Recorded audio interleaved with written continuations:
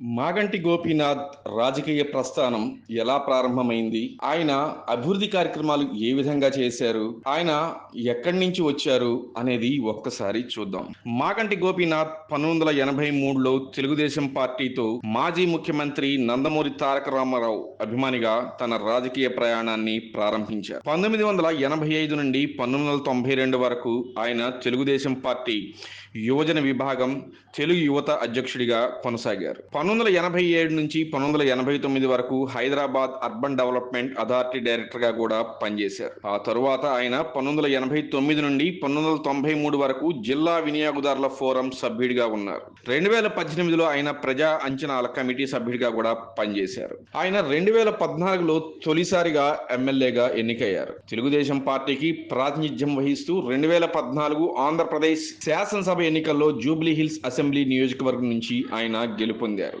ఆయన తన సమీప ప్రత్యర్థి ఏఐఎంఐఎం పార్టీకి చెందిన వి నవీన్ రెడ్డిని 9,242 ఓట్ల తేడాతోటి ఓడించారు. మాగంటి గోపీనాథ్ కు 50,898 ఓట్లు సాధించారు. ఆ తరువాత ఆయన తెలంగాణ రాష్ట్ర సమితికి మారి 2018 తెలంగాణ శాసనసభ ఎన్నికల్లో జూబ్లీ హిల్స్ స్థానాన్ని భారత జాతీయ కాంగ్రెస్ కు చెందిన పి విష్ణువర్ధన్ రెడ్డిని 16,004 ఓట్ల తేడాతో ఓడించారు. 2023 తెలంగాణ శాసనసభ ఎన్నికల్లో జూబ్లీ హిల్స్ స్థానాన్ని గెలుచుకుని ఆయన మూడవసారి ఎమ్మెల్యే అయ్యి హ్యాట్రిక్ సాధించారు. ఆయన 80,549 ఓట్లు సాధించి తన సమీప ప్రత్యర్థి మరియు భారత జాతీయ కాంగ్రెస్ కి చెందిన మాజీ క్రికెట్ కెప్టెన్ మహమ్మద్ అజారుద్దీన్ పై 16,337 ఓట్ల తేడాతోటి ఆయన గెలుపొందారు. ఇక మాగంటి గోపీనాథ్ హైదరాబాద్ లోని హైదరాగూడలో కృష్ణమూర్తి మరియు మహానంద్ కుమారి దంపతులకు జన్మించారు. అతను వెంకటేశ్వర ట్యుటోరియల్స్ నుంచి ఇంటర్మీడియట్